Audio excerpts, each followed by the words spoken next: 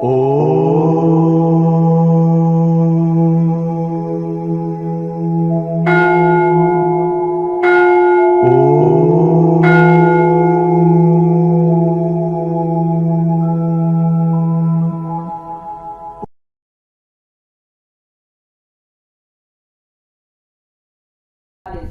నటించాలి, పరమాత్మలో జీవించాలి అంటే ఇదంతా ఒకటేది నటన, 4 రోజుల నటన. ఈ భార్య పిల్లలు మాయ, సంసారం మాయ, ఇదంతా ప్రపంచమంతా భ్రాంతి. రాత్రి వచ్చే కళ చిన్నది, కనిపించే కళ పెద్దది. ఇది కళనే, అది కళనే. కళ ఎప్పటి వరకు నిజము? మేలుకొన్నంత వరకు నిజము. మేలుకొంటే కళ అంతా అబద్ధమే. కనుక ఈ లోకంలో కూడా బ్రహ్మజ్ఞానం వస్తే లోకం అసత్యము, లోకము భ్రాంతి, లోకము కళ్ళలాగా కనిపిస్తుంది. బ్రహ్మజ్ఞానం రానంత వరకు ఈ లోకము ఆసక్తి కలుగుతుంది, లోకము సత్యం అని మనం తెలుసుకుంటాము.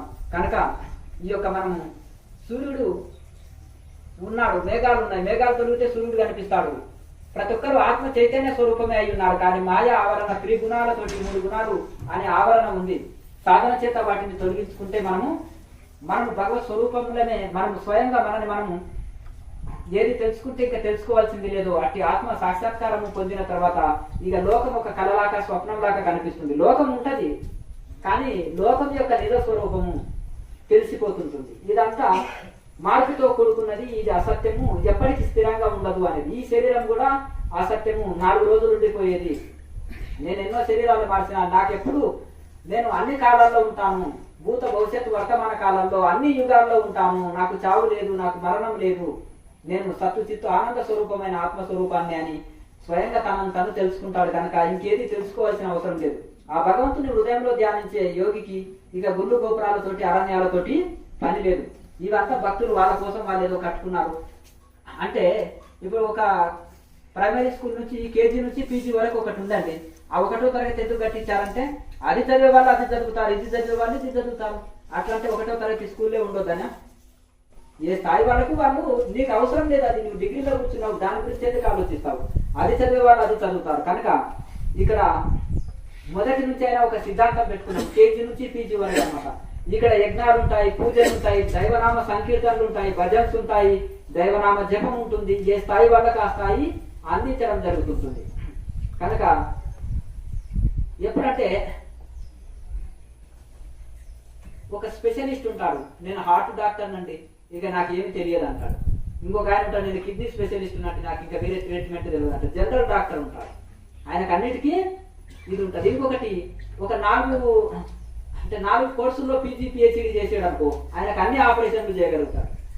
అట్లా ఇది కూడా మేము చిన్నప్పుడు ఈ అన్వేషణ చేస్తూ వెళ్తున్నప్పుడు, మొదలు నేను పాత ఆశ్రమంలో ఉన్నప్పుడు గేట్లు తాళం వేసుకున్నప్పుడు 3 సంవత్సరాలు నేను గేట్లు తీసి రాలేదు, బయటికి రాలేదు. అక్కడ ఉండే ఆకులు పూరే తీసుకున్నాను. 1 సంవత్సరం వంకాయనే తిన్నాను, పచ్చి వంకాయ. అట్లా ఆ విధంగా తీసుకోవడం వల్ల నాకు ఇక్కడ లోపల ఒక పన్ను పుచ్చిపోయింది. అయినా కానీ ఇక ఆ విధంగా పచ్చి ఆహారమే తీసుకుంటూ ఉన్నాను. దైవం కోసం నేను ఏడ్చని రోజు లేదు. భాగవతం అంతా చదివి ధ్రువుని ప్రహ్లాదుని లాంటి భక్తి నాకు ఎప్పుడు ఇస్తావు పరమాత్మ అన్నాను. అప్పుడు నేను ఒక 200 పేజీలవి సంకీర్తనలు వచ్చినాయి, అవేం ప్రింట్ చేయలేదు. అట్లా శివుడు హరిహరులు ఒకటే అనేది నా ఉద్దేశం. కనుక వారిపైన ఎన్నో ఇవి రాసినాను. అప్పుడు ఏదో శాస్త్రీయ సంగీతం నేర్చుకుంటూ వచ్చేది కాదు. సహజంగా నా శాంతి కోసం నేను పాడుతున్నది అవి. కనుక ఒకరోజు శివుడికి అభిషేకం చేయకపోకుండా భోంచేస్తే ఏదో ఈ రోజు పాపం చేసినానని ఒక భీతి ఉండేది. పచ్చి గంగ కూడా ముట్టొద్దు. ఆ విధంగా ఒక నియమం పెట్టుకొని ఆధ్యాత్మిక మార్గంలో వెళ్ళినాను.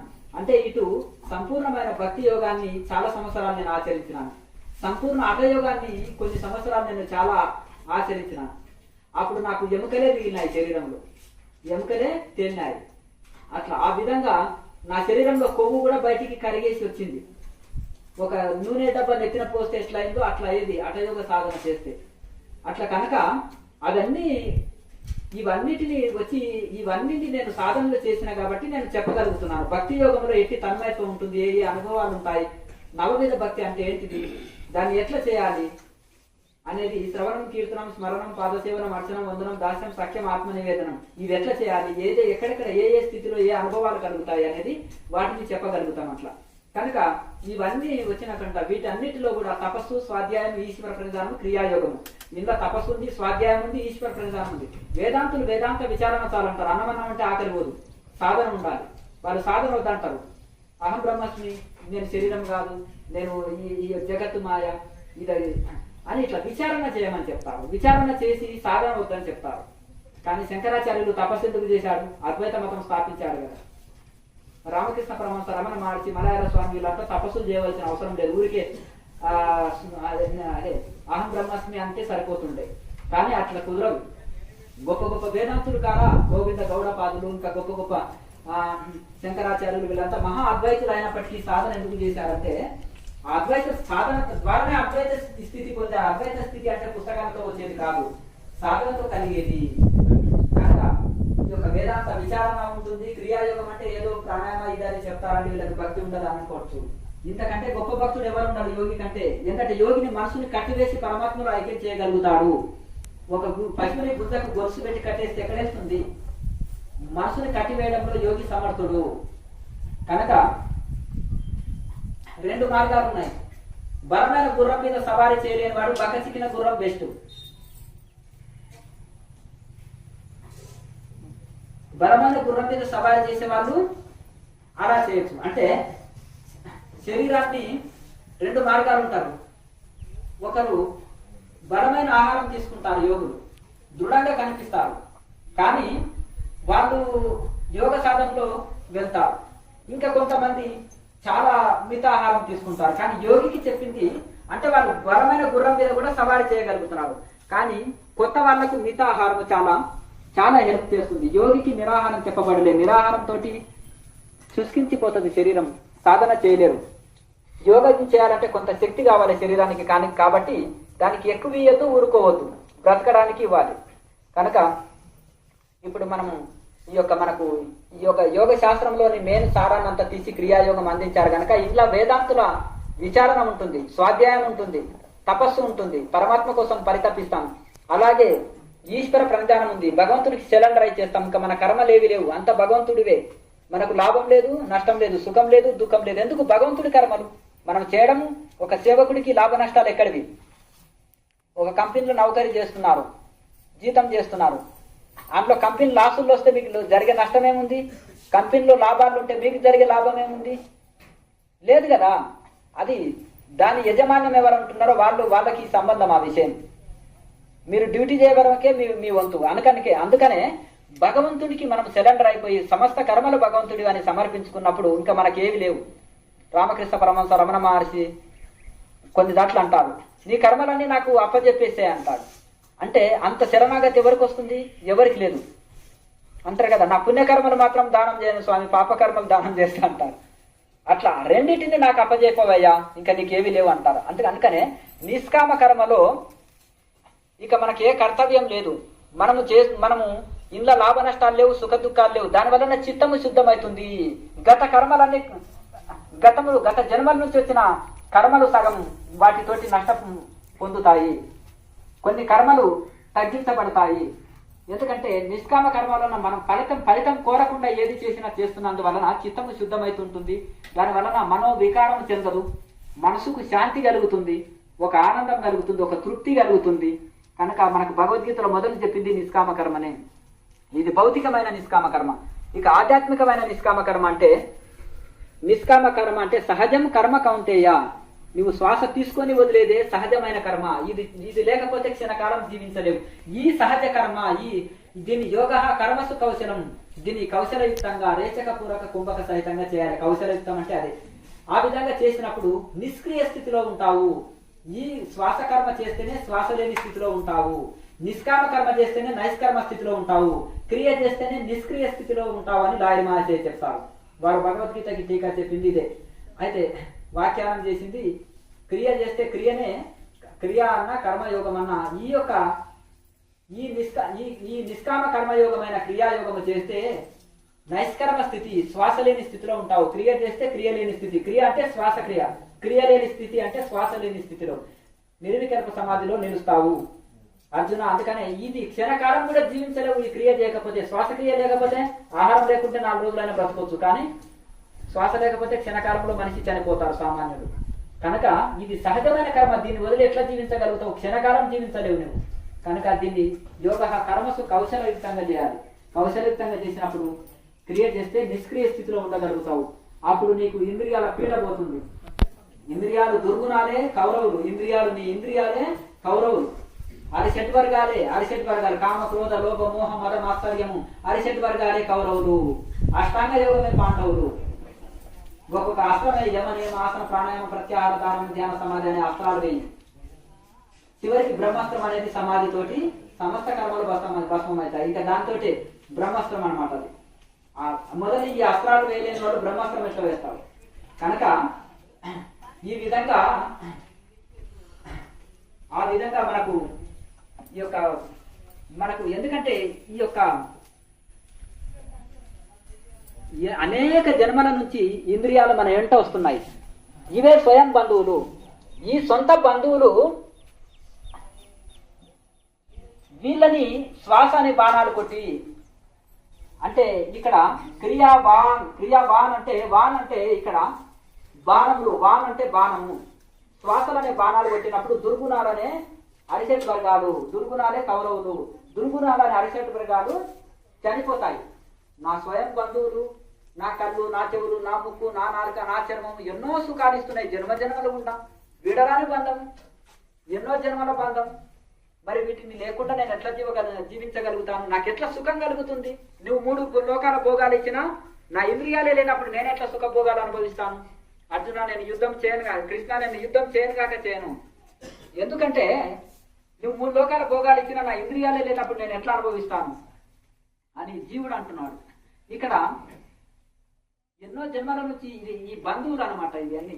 కనుక నీవు అర్జున, నీవు మోహవశాన నీవు ఈ క్రియ చేయకపోతే, ఈ క్రియ అనే యుద్ధము అంటే దుర్గుణాలకు మంచి గుణాలకు మధ్య ఘర్షణ, ప్రపంచ ఆకర్షణకు పరమాత్మ ఆకర్షణకు జరిగే ఘర్షణనే భారత యుద్ధం.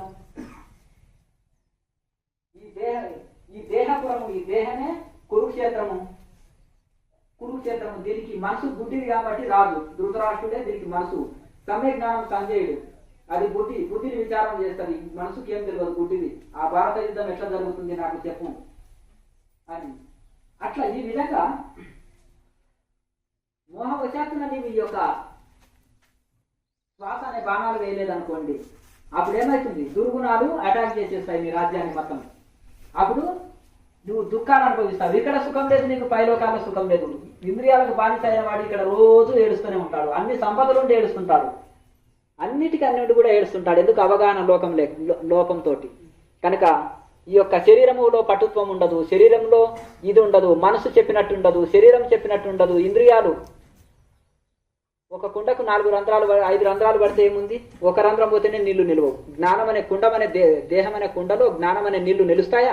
ఇంద్రియాలు అనే రంధ్రాలు ఉన్నంత వరకు వాటిని లాక్ సీల్ చేసి వేయాలి, సిమెంట్ వేసి మెత్తాలి. కనుక ఈ విధంగా మనం ఈ యోగము, నీ మోహవశాత్తున ఈ యోగం నేను యోగం చేస్తే చనిపోతాను అనే భ్రాంతి విడువు. దుర్గుణాలు చనిపోతాయి, ఇంద్రియాలు లయమైతాయి. అవి లయమైతేనే నీకు సుఖం, నిజమైన సుఖము, సమాధి రూప సుఖాన్ని అనుభవిస్తావు. మోహవశాత్తున కర్మ చేయకపోతే ఇక్కడ ఎంతో దుఃఖాలు అనుభవిస్తావు. ఇక్కడ దుఃఖం అనుభవించేవాడు పైలోకాలు ఎట్లా సుఖపడతాడు? అలాగే ఇప్పుడు ఒక పిల్ల కాలువ దాటలేని వాడు సముద్రం ఎట్లా దాటుతాడు అంటారు ఒక సామెత.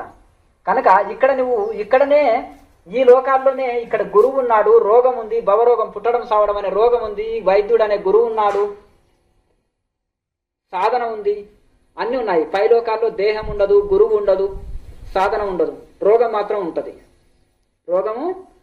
ఉంటది. కనుక ఇక్కడ అన్ని ఉన్నాయి, సమస్య ఉంది, పరిష్కారం ఉంది.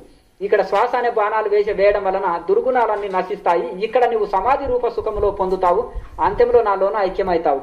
2 లాభాలు. మోహవశాత్తున ఈ క్రియాయోగము చేయకపోతే, ఈ యొక్క నువ్వు శ్వాసక్రియ అనే బాణాలు కొట్టకపోతే దుర్గుణాలు నిన్ను పీడిస్తాయి, ఇంద్రియాలు నిన్ను బానిస చేసుకుంటాయి. వాటికి సేవ చేయలేక ఎంతో అవస్థ పొందుతావు. కన్ను ఒకటి కొడుతుంది, నాలుగు ఒకటి కొడుతుంది, ముక్కు ఒకటి కొడుతుంది, చెవు ఒకటి కొడుతుంది. ఇక మిమ్మల్ని తీసుకెళ్లి ఒక హిమాలయాల్లో 1 నెల రోజులు ఉంటే ఏ సౌకర్యాలు లేకపోతే ఊరికే ఇంకా మిమ్మల్ని అండర్ గ్రౌండ్ జైల్లో పెట్టిన దానికంటే ఎక్కువ నరకంగా అనుభవిస్తారు. ఎందుకు? చంపేది ఏదో ఒక్క రోజులో చంపేయండి స్వామి అంటారు. ఎందుకంటే మనం కొన్నిటికి అలవాటు పడినాము. నాకేది లేకున్నా ఓకే అనేటోళ్ళు అతి కొద్ది మంది, అంతేనా కదా? కనుక మనకి ఏది లేకున్నా ఓకే అన్నట్టు ఎప్పుడు తయారవుతామంటే మనం యోగులుగా తయారు కావాలి. ఇప్పుడిప్పుడే వస్తున్నారు కదా మార్గంలోకి, మెల్లమెల్లగా తయారవుతారు ఇప్పుడే ఆ విధంగా. ఎందుకంటే అప్పుడే పిల్లవాడు పీజీ పిహెచ్డి పూర్తి చేస్తాడా, అప్పుడే ఉద్యోగం వస్తుందా? టైం పడుతుంది కదా దేనికైనా. దాని నిరంతర వైరాగ్యం కలిగి సాధన చేస్తుంటే మనం సప్త ఋషులు గృహస్థులు కదా, వారి సంసారం లేదా? గొప్ప గొప్ప రాయలు డొనేషన్ అడగడానికి అర్థమైంది కదా. నువ్వు ఏది చేస్తున్నా రైట్ అన్నాడు అనుకో, అర్థమైంది కదా. మనం ఏది చేసినా తప్పు పట్టకుండా అన్ని రైటే అన్నాడు అనుకో, అతను స్వార్థం ఏదో ఆశిస్తున్నాడని ప్రతిదానికి తప్పు పట్టి దూషిస్తున్నాడు అనుకోండి, అది కూడా కరెక్ట్ పద్ధతి కాదు. రైట్ రాంగ్ అని సరిచేసేవాడే ఒక శిల్పి ఉన్నాడు. శిల్పి ఎట్లా చెప్తాడో నిజమైన ఆత్మజ్ఞాన గురువులు అట్లా అనమాట. మంచిగా చేస్తుంటే ఇంకా కోఆపరేషన్ చేస్తారు, ఇంకా ఇలాగే నాయన మంచిగా ముందుకు పైకి వెళ్ళి మంచిగా చేస్తున్నావు ఇదని సజెషన్స్ ఇస్తుంటారు. మంచి ఇది. ఇప్పుడు ఎవరికి ఎవరు ముక్తి కలిగించలేరు కనుక భారీగా ముక్తికి భారీగా సాధన చేయాలి, భర్త ముక్తికి భర్త సాధన చేయాలి, పిల్లల ముక్తికి పిల్లలు సాధన చేయాలి. ఎవరి ఆకలికి వాళ్ళే తింటున్నారు కదా, ఇక్కడ కూడా అంతే.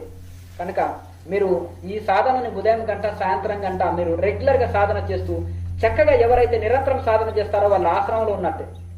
ఆశ్రమంలో ఉండి కూడా 3 పూటలు తిని పడుకుంటే ఇంటి దగ్గర ఉన్నట్టే. హిమాలయాల్లో ఉండి 3 పూటలు తిన్నా హైదరాబాద్లో ఉన్నట్టే. హైదరాబాద్లో ఉండి మంచి చక్కగా సాధన వైరాగ్యం కలిగి సాధన చేసే వాళ్ళు హిమాలయాల్లో ఉన్నట్టే. హిమాలయాలు అంటే అదేదో ఐసు కొండలు ఉంటాయి కదా, మీ ఇంట్లో ఏసీ పెట్టుకుంటే అది కూడా హిమాలయాలు. అర్థమైంది కదండి, చల్లగా ఉంటుంది కదా.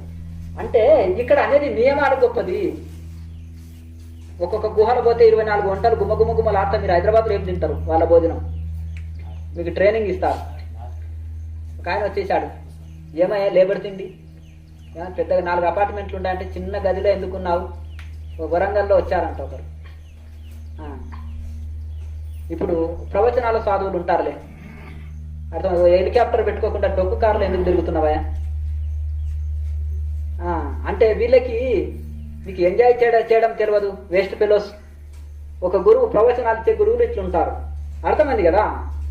వాళ్ళు ఏంటంటే లగ్జరీ జీవితంలో ఉంటారు కాబట్టి నా శిష్యులు కూడా లగ్జరీగా ఉండాలి. ఏమైనా ఇంత చిన్న కార్లు వేస్తే నాకు సేమ్ అవుతాను, అర్థమైంది కదా. ఓ 10 కోట్ల కారు తీసుకొని రావాలి ఆశ్రమానికి అంటే కోటీశ్వరుడు అంట కదా, నువ్వు హెలికాప్టర్ కొనే స్థితి ఉంది. ఇది పరిస్థితి ఇట్లా అయిపోయింది. కనుక ఈ యొక్క మనిషి ఈ ప్రపంచంలో ఇట్లా తయారైపోయింది గురువులు కూడా. ఇప్పుడు మీ యొక్క పరిస్థితి మీరు పోల్చుకోవడం వలన దుఃఖాల పాలవుతున్నారు. ఒక వివేకానంద స్వామి, ఒక రామకృష్ణ పరమహంస, ఒక రమణ మహర్షి, ఒక మలయాళ స్వామి ఇట్లే బోధించారా? ఎంత వైరాగ్యం బోధించారు, వాళ్ళు ఆచరించి చూపెట్టారు. Vivekananda Swami coat suit boot ఎందుకు, అది ఏది మన ఆయన మామూలుగా దోతితోటి పోతే లాగుతున్నారంట. ఓహో, నేను ఇంత విద్య చదివి ఇంత ఇది ఉండి కూడా ఇది ఉన్నప్పటికీ కూడా ఇక్కడ ఇలా సంస్కారం లేని వాళ్ళు కదా అని వేసి మళ్ళీ ఇక్కడికి వచ్చి ఈ రూమ్లోకి వచ్చి కౌపినం కట్టుకొని నేల మీదే పడుకునేవాళ్ళు. ఎంత వైరాగ్యము! ఎందుకంటే ఆ కాలాన్ని బట్టి ఆ పరిస్థితిని బట్టి వాళ్ళు అట్లా ఇది చేశారు. కనుక అంత వైరాగ్యం లేకపోతే వాళ్ళు అట్టి బోధలు వాళ్ళ నుంచి రావు. అట్టి వాళ్ళు చక్కగా అంత ఎందుకంటే అడుగడుగున వాళ్ళ గురువుని దర్శించగలిగాడు ఆయన. ఎంత వైరాగ్యమో! రామకృష్ణ మిషన్ స్థాపించాడు, వివేకానంద మిషన్ స్థాపించలేదు. అచంచలమైన దైవభక్తి, అచంచలమైన గురుభక్తి, అచంచలమైన సాధన, ఇవంతా పూర్వ గురువులకు ప్రతి ఒక్కరికి ఉన్నాయి.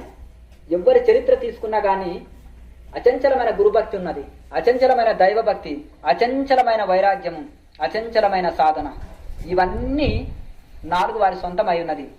ఎవరి చరిత్ర అన్నా తీసుకోండి, ఒక వీరబ్రహ్మ స్వామి, ఒక కబీర్ దాసు, ఒక మలయాళ స్వామి, ఎవరి చరిత్ర తీసుకున్నా కానీ ఇవన్నీ కలిగిన వాళ్ళు. అట్లా విధంగా చూడండి, మనకు చెరువు చిన్న కాలుకు తట్టు తగిలితే సాధనకు వాయిదా చేస్తాం. ఏంటంటే కాలుకు దెబ్బ తగిలిందంటే మఠం వేసుకొని కూర్చోలేని, ఆసనం వేసుకొని, లేకపోతే నొప్పి మీదకి ధ్యాస పోతుంది అంటున్నారు. గగనగిరి మహారాజుకి ఏకంగా పాదాలు చేపలు తినేసినాయి, ఏమి లేదు ఆశ. అర్థమైందా? ఆయన నీళ్ళలో చేపలు తింటే ఆ చర్మం అంతా అగ్నిస్తంభన చేసి అగ్నిలో ధ్యానం చేస్తే ఏదైనా చర్మం కాలినట్టుంటే దాన్ని తీసి మంటలు వేసేవాడు. ఆ యొక్క పాదాలు సగము తిన్న తర్వాత, ఆ చేపలు తిన్న తర్వాత ఏమైనా ఊసిపోతుంటే ఊరికి చేపకు వేసేవాడు తీసి, తినండి హాయిగా మీరని. మనము ఆ చేపను చంపేస్తాం, అవునా కదా. చీమ కుడితేనే దాన్ని చంపేస్తాం వెంటనే. మరి వారు శరీరాన్ని అధిగమించినరాని ఇక్కడే మనం తెలుసుకోవాలి. మనకు అసలు రాత్రి రాన్న నిద్ర వస్తుందా? పాదాలే తినేసినాయి మొత్తం చేపలు. రాత్రిపూట నిద్ర వస్తుందా? ఆయన చక్కగా సమాధిలో కూర్చుంటారు వాళ్ళే. అటు నీటి లోపల మరి వారు రోజుల తరబడి నెలల తరబడి ధ్యానంలో కూర్చుంటే వాటి మీద ధ్యాస ఉంటే ధ్యానం కుదురుతుందా? పాదాలన్నీ తిన్న తర్వాత. అట్లా కనుక వాళ్ళు శరీరాన్ని అధిగమించినరాని ఇక్కడే తెలుసుకోవచ్చు మనం. శరీర స్పృహ ఉంటే అది అసాధ్యము. అటువంటి ఋషులని మనం ఆదర్శం తీసుకొని వాళ్ళు మనకు ఒక మార్గం చూపిపోయారు కనుక ఆ మార్గంలో నడవకనే మనం చిన్న చిన్న సమస్యలనే చిన్న శరీరానికి జబ్బు చేస్తేనే ఇక నాకు షుగర్ వచ్చింది, నాకు బీపీ ఉంది, నాకు ఇంకేదో థైరాయిడ్ ఉంది, నాకు ఇంకేదేదో ఆరోగ్యం ఉంది, నా బ్రతికే వేస్ట్ ఇంకా నేను అని ఇంత దుఃఖిస్తుంటాము. ఆ ఋషులు ఏకంగా శరీరాన్ని ఇంద్రియాలని దాటుకొని వెళ్ళిపోయారు. మనం దాటుకోలేమా? అగస్త్యుడు ఏకంగా 7 సముద్రాలను దాగివేశాడు చూడండి, మళ్ళీ బయటికి వదిలేశాడు. విశ్వామిత్రుడు సృష్టికి ప్రతి సృష్టి చేశాడు. మనం అంత ఘనకార్యాలు చేయవలసిన అవసరం లేదు. మనం ఇల్లుని ఒళ్ళుని చక్క పెట్టుకుంటే చాలు. శరీరాన్ని ఇంద్రియాల్ని వశంలో పెట్టుకొని చక్కగా ఆరోగ్యమైన జీవితము, ఆనందకరమైన జీవితము, ప్రశాంతమైన జీవితము, అంత్యంలో ముక్తి, అదొకటి కోరుకుంటే చాలు. మనకు ఇంకా ఏమి ఘనకార్యాలు చేయవలసిన అవసరం లేదు. ఆ ఋషుల్లాగా మాణికేశ్వర మాత వలె, సత్యనారాయణ బాబా వలె, అలాగే ప్రహ్లాద్ జాని బాబా వలె నిరాహార యోగుల్లాగా గాలి తిని బ్రతకవలసిన అవసరం ఏం లేదు. భోజనమే తిన్నాం. రమణ మహర్షిలాగా జీవితాంతం మౌనం, తనకు స్వామిలాగా, రమణ మహర్షిలాగా, ఇంకా వేరే సత్యనారాయణ బాబా లాగా మొత్తం జీవితాంతం మౌనం పట్టవలసిన అవసరం ఏం లేదు. అవసరానికి మీరు ఇప్పుడే కొత్త కదా, ఇప్పుడిప్పుడే చేస్తున్నారు కదా, అభ్యాసం అయితే ఏం కాదు. రెగ్యులర్ గా చేయండి. చిన్నపిల్లవాడు ఏది దిద్దలేకపోతారు తర్వాత, అంతేనే కదా. ఇది కూడా కొత్తలో మీకు అట్లా అనిపిస్తుంది. రెగ్యులర్ గా చేయండి, కంటిన్యూ చేస్తే సెట్ అయిపోతుంది. ప్రాణాయామం చక్కగా నడిచినప్పుడు, ప్రాణాయామం చక్కగా చేసినప్పుడు ఇది అవుతుంది. ఒక్కోసారి మనకు భోజనం చేసింది జీర్ణం కానప్పుడు కానీ అట్లా అనిపిస్తుంది. అది మనం ఎంటీ స్టమక్ తో చేస్తే ఆ సమస్య ఉంటుంది.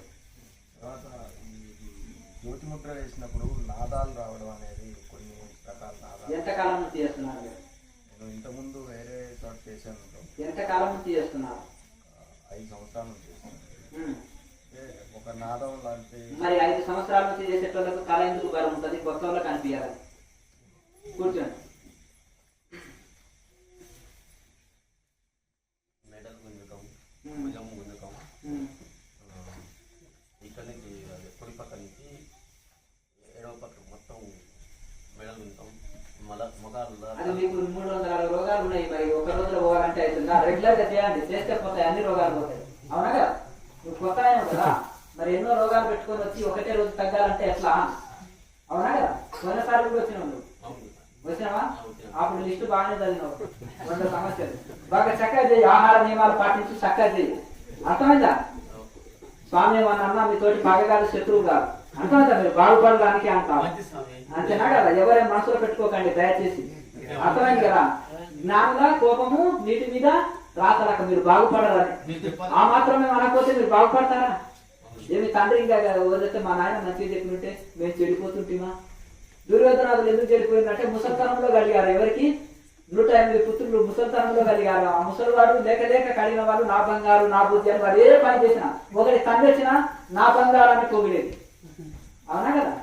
దానివల్ల అందుకనే అందరూ బాగుపడాలని మీరు ఏమనుకోకండి. గతంలో ఇప్పుడు కాదు కానీ ఒక 1 year కింద అదే పనిగా కరెక్ట్ మరి ఎవరన్నా పంపించేదో ఏమో కానీ మన సహనాన్ని పరిస్థితి. క్లాస్ స్టార్ట్ అయినప్పుడే 2 గంటలు అంటే ఏ మనిషిని ఫోన్లో ఇక ఒక ఆయన నాకు ఏసీ రూమ్ లేదు, నాకు అది ఇవ్వలేదు, నాకు ఇది అని హూటాట్ అంటాడు. అని గంట సేపు వచ్చింది గేట్ కాడ స్వామి అంటే అని నేను చెప్పినాను. అది పెద్ద సంస్థలు ఉన్నాయి, కార్పొరేట్ ఒక 5 lakhs కట్టించుకుంటారు. 10 days కోర్సు పోయి చేయని కావాలి. ఫారినర్స్ దగ్గర 10 lakhs కట్టించుకుంటారు. మరి అటువంటి దాంట్లో వాళ్ళకి ఇప్పుడు ఫ్రీ ఆశ్రమం అంటే ఇట్లే ఉంటాయి నాయన, అంతేనా కదా? ఏమైనా 5 star హోటల్ భోజనం లేదే నాకు అని అంటే ఫ్రీ భోజనం ఎక్కడో ఏర్పాటు చేస్తున్నారు అనుకోండి. ఋషులు ఏంటండి, గొప్ప గొప్ప ఋషులు దగ్గరికి వెళ్ళినప్పుడు శ్రీరామచంద్రుడు అటువంటి వాళ్ళు నేల మీద పడుకొని హాయిగా కాయల కందమూలాలు తిని ఆ యొక్క ఋషి పాటించాడు. బుద్ధుడు అరణ్యంలోకి వెళ్ళి ఎంత వైరాగ్యము, చివరి వరకు మట్టి పాత్రలో భిక్షాటన చేశాడు. మట్టి పాత్రలో ఒకే పూట భోజనం, మిగతాప్పుడు ఆకలి వేస్తే నీళ్లే తాగేవాడు. ఎంతటి వైరాగ్యము. మేము బుద్ధిని అనుసరించినము, మధ్య మార్గం అంటారు. ఇప్పుడు చూడండి, ఒక ఆధ్యాత్మిక ఫంక్షన్ అంటే అది ఫంక్షన్ ఉండదు, 20 రకాల వెరైటీలు అంట. ఆయనకు బజ్జీలు లేని నడవదు, అప్పడాలు లేని నడవదు. ఇక నింట తిన్నాక గోడ కానీ నిద్రపోవడం. ఇప్పుడు ధ్యాన సంస్థలు అట్లున్నాయి. విమర్శ అనకంటే పరిస్థితి. ఎందుకంటే మనం ఇట్లా విమర్శించుకోకపోతే బాగుపడతామా? తర్కం చేయొద్దు, కుతర్కం చేయొద్దు. తర్కం వల్ల ఎందుకంటే తర్కశాస్త్రాన్ని నేనే అని భగవద్గీతలో చెప్పాడు. అంటే ఆత్మతత్వం తెలుసుకోవడానికి చేసే తర్కాన్ని కూడా నేనే. అట్లా అందుకనే మనము విశ్లేషణ చేసి మితాహారం ఉండాలి, తేలిక భోజనం ఉండాలి, ఎక్కువ ఆయిల్ ఫుడ్స్ తీసుకోవద్దు, చాలా ఇది ఉండాలి. మీ భోజనాలు మేము తీసుకొని ట్రెక్కింగ్ చేయండి హిమాలయంలో మాతో పాటుగా. యువకులనే ముసలితో సవాల్ చేస్తారని. అతను యువకులు ఉన్నారు కదా, 25 years 20 years, నాకు శక్తి లేదు, అట్లా ఎట్లకే వస్తుంది. యోగం చేయండి, శక్తి వస్తుంది. అవునా కదా?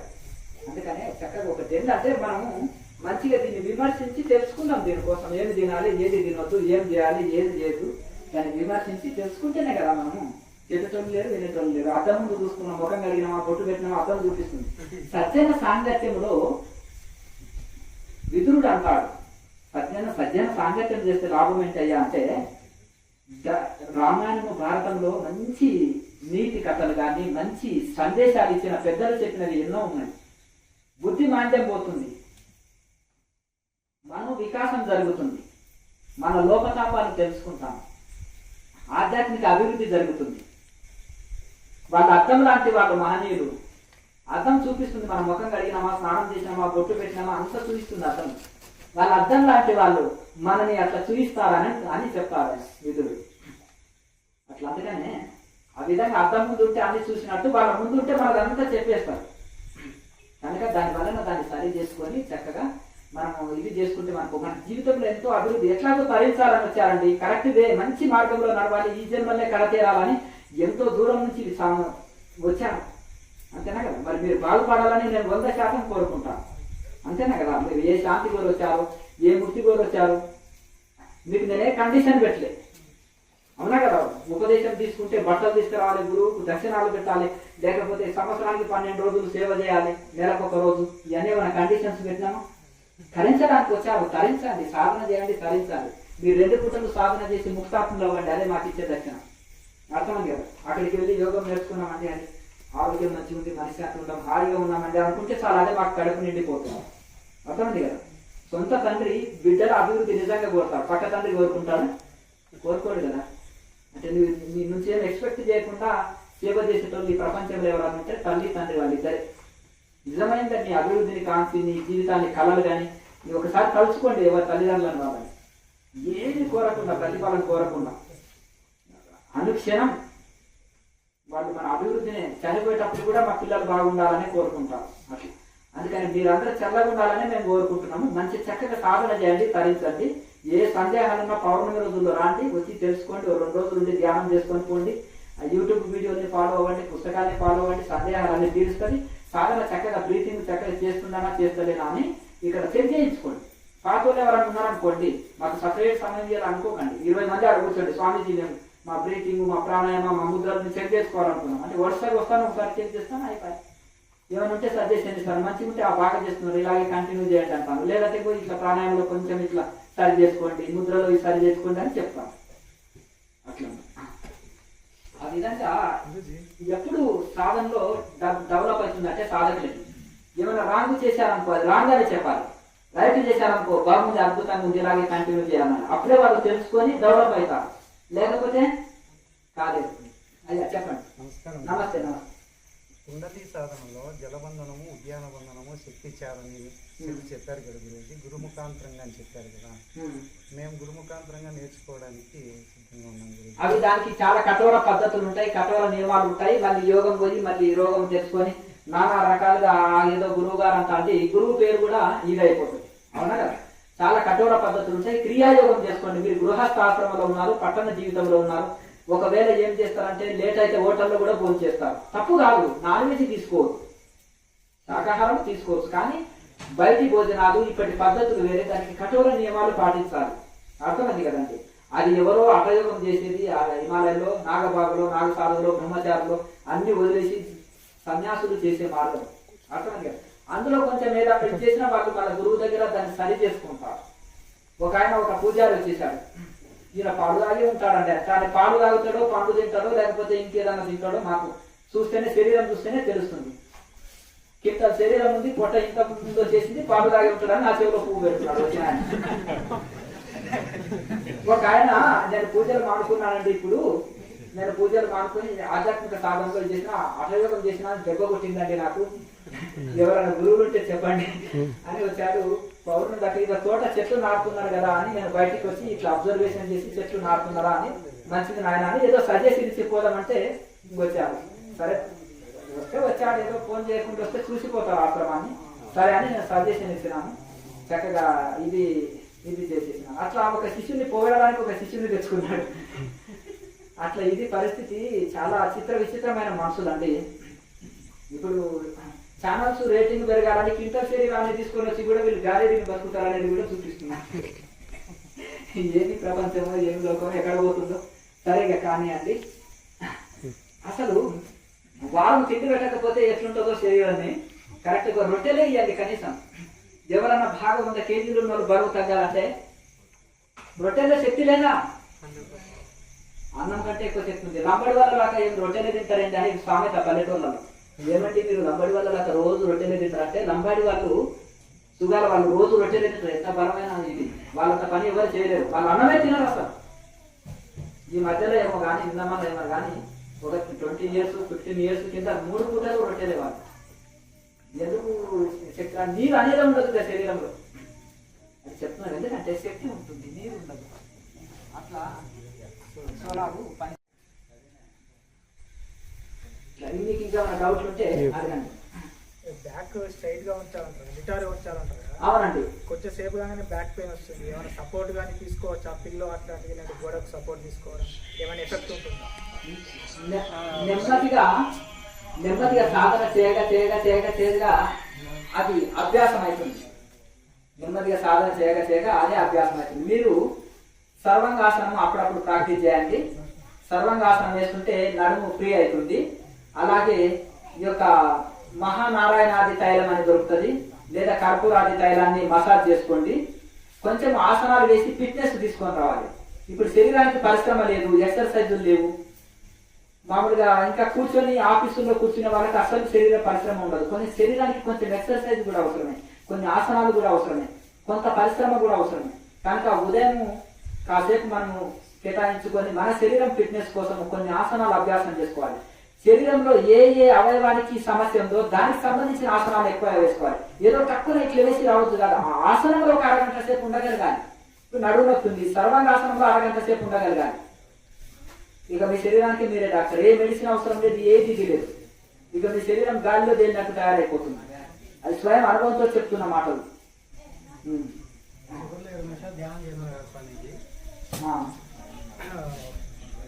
కళ్ళు భూమధ్య మీద నిలపాలా, మామూలుగా అలా వదిలేయాలా? మనసు అనేది శ్వాస మీద నిలపాలా, భూమధ్య మీద నిలపాలా? ఇక్కడ మీరు మనసుని దృష్టిని ఆజ్ఞా చక్రంలో బొట్టు పెట్టుకున్న దగ్గర నిలపండి. మీ కాన్సన్ట్రేషన్ అక్కడనే నిలపండి, మీ దృష్టిని అక్కడనే నిలపండి. మనం ఇట్లా చూస్తే ఈ బల్బును చూస్తున్నాం కదా, కళ్ళు మూసుకున్నా ఇక్కడ ఆజ్ఞా చక్రాన్ని చూస్తూ లోచిత్ ద్వారా ఆజ్ఞా చక్రాన్ని చూస్తూ తన్మయత్వ స్థితిలో ఉండాలి. మనసుని ఎక్కడ నిలపవలసిన అవసరం లేదు. కూటస్థం అనేది చాలా ఇంపార్టెంట్ యోగులకి. కూటస్థం అంటే ఆజ్ఞా చక్రం అనేది చాలా ముఖ్యమైనది సాధక ధ్యానం చేసుకునే వాళ్ళకి.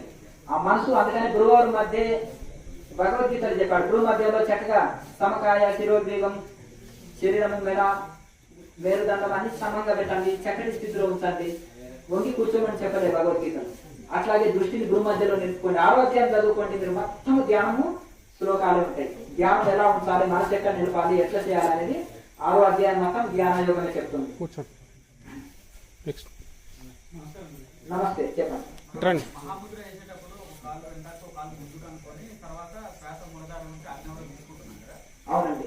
తీసుకున్న తర్వాత ఫ్రంట్ ఇట్లా బెండ్ చేసి మళ్ళీ బ్యాక్ వచ్చేంత వరకు అక్కడ శ్వాస నిలిపే ఉంటాను. అట్లా అంటే మనము ముందు కొంటే అప్పుడు బంధించు సార్, ఆజ్ఞాచక్రంలో బంధించినట్టు భావన చేస్తూ శక్తి కొలది ఉండాలి. మీరు 5 సార్లు జపం చెప్పినాం కదా, 3 సార్లు అయినా ఉండండి, 2 సార్లు జపం చేసినంతసేపు శక్తి కొలది ఉండండి. కండిషన్ లేదు ఇంతసేపు ఉండాలని, మీ శక్తి కొలది ఉండండి. తర్వాత తర్వాత తర్వాత పెంచుతూ అదే పెరుగుతుంది, మీకు కుంభకము పెరుగుతుంది, ఎక్కువసేపు ఉండగలుగుతారు. కొత్తలో ఎక్కువసేపు ఉండలేరు, చేయగా 1 నెల 2 నెలలు ఇలా పెరుగుతూ పోతూనే ఉంటుంది, ఎక్కువసేపు ఉండగలుగుతారు. ఆ మహాముద్ర గొప్పతనం ఏంటంటే ఈ నడువు నొప్పి ఉన్న వాళ్ళు కూడా బాగా వినండి, నడువు నొప్పి ఉన్న వాళ్ళు కూడా మహాముద్రని పర్ఫెక్ట్ 2-3 సెట్లు వేశారనుకోండి, నడుముకు మంచి ఫిట్నెస్ వస్తుంది, నడుము నొప్పి పోతుంది, మోకాళ్ళ నొప్పి పోతుంది, కాళ్ళ నొప్పులు పోతున్నాయి, నడుము నుంచి కాలి బొట్టనేది వరకు చక్కటి ఫిట్నెస్ వస్తుంది, చక్కగా ఫ్రీగా రిలాక్స్ అవుతాయి, ఆ నొప్పులు సమస్యలు ఉండవు. కాసేపు ఎక్కువ సెట్లు వేసుకోండి, ఫ్రీ ఉన్నప్పుడు కూడా ఖాళీ బొట్టతోటి ఉదయం ఉన్నప్పుడు కూడా ఎక్కువ సెట్లు దాన్ని బాగా ప్రాక్టీస్ చేయాలి. ఇక నడుము నొప్పి ఉన్న వాళ్ళు సర్వాంగాసనం ప్రాక్టీస్ చేయాలి. ఈ మహాముద్రని రెగ్యులర్ గా బాగా అందులో పట్టు సాధించాలి. మీకు నడుము నొప్పి, కాళ్ళ నొప్పి, నడుము భాగం నుంచి కాళ్ళ వేళ్ళ వరకు ఏమైనా నొప్పి సమస్య ఉంటే నన్ను అడగండి, నేను ఆన్సర్ చేస్తాను. ఎందుకంటే స్వయం అనుభవంతో చెప్తున్న మాటలు ఇవి. గాల్లో తేలిపోయినట్టు ఉంటుంది శరీరం, అందులో చక్కగా పట్టు సాధించాలి. ఒకరోజు మీరు బోట్లు బిగించమంటలేము, నెమ్మదిగా ప్రాక్టీస్ చేస్తూ రోజు చేస్తుండండి. రోజు చేస్తుంటే ఆ పనిలో మనకు ప్రావీణ్యం వస్తుంది కదా, పర్ఫెక్ట్ మహాముద్ర వేయగలుగుతారు. మీరు ఇంకోటి మహాముద్రము రోజు ప్రాక్టీస్ చేస్తుంటే ఇంత పొట్ట ఉన్న వాళ్ళు కూడా వేయచ్చండి. ఈ నడువు భాగం నుంచి పై భాగం పెద్ద సైజు ఉన్న వాళ్ళకి మహాముద్ర వాళ్ళకి పొట్ట ఉన్న ఇబ్బంది ఏం కాదు, శరీర స్థితిని బట్టి ఉంటుంది. కనుక మహాముద్ర వేస్తే మీకు చక్కగా పర్ఫెక్ట్ రోజు అభ్యాసం చేయండి. మీకు మహాముద్ర వచ్చిందంటే అయిపోయి ధ్యానంలో ఎంతసేపు అయినా కూర్చోగలుగుతారు. అది గుండెల్ని యాక్టివేట్ చేస్తుంది. ఇంతకు ముందు ఆయన చెప్పినట్టుగా మహాబంధనము అది కఠినమైంది, అందరికీ నడవదు. కనుక ఆ ఫలితం ఇంట్లో వస్తుంది. ఈ మహాముద్రలో మూలబంధనం, ఉద్యాన బంధనం, జలంధ్ర బంధనము ఏదైతే ఉందో ఆ 3 బంధనాల ఫలితము ఈ మహాముద్రలో వచ్చేటట్టు తయారు చేశారు. ఇది ఉపనిషత్తులో ఉంది, మహాముద్ర గురించి గొప్పగా ఉంది. అది హఠయోగంలోకి వస్తుంది, ఇది క్రియాయోగంలో ఆ ఫలితం వచ్చేటట్టుగా మహాముద్ర తీసుకొని ఇందులో ప్రాణాయామాన్ని చేర్చి చెప్పారు. మీరు ఆ ఫలితం పొందాలంటే ఈ మహాముద్ర ఎక్కువ సెట్లు వేసుకుంటే ఆ ఫలితం పొందుతారు. ఇది అపాయం లేదు, అదే అపాయంతో కూడుకున్నారు. ఏది చేసినా మీరు శరీరము చక్కగా ఆరోగ్యంగా ఉండాలి, యోగం పోయి ఇట్లా అయిందయా అనద్దు. ఇప్పుడు ఇంతవరకు క్రియాయోగంలో ఎఫెక్ట్ వచ్చింది, ఇబ్బంది కలిగింది అనేది లేదు. అందరికీ కూడా అద్భుతమైన ఫలితాలు వస్తాయి. ఎటువంటి సైడ్ ఎఫెక్ట్లు ఉండవు ఇందులో.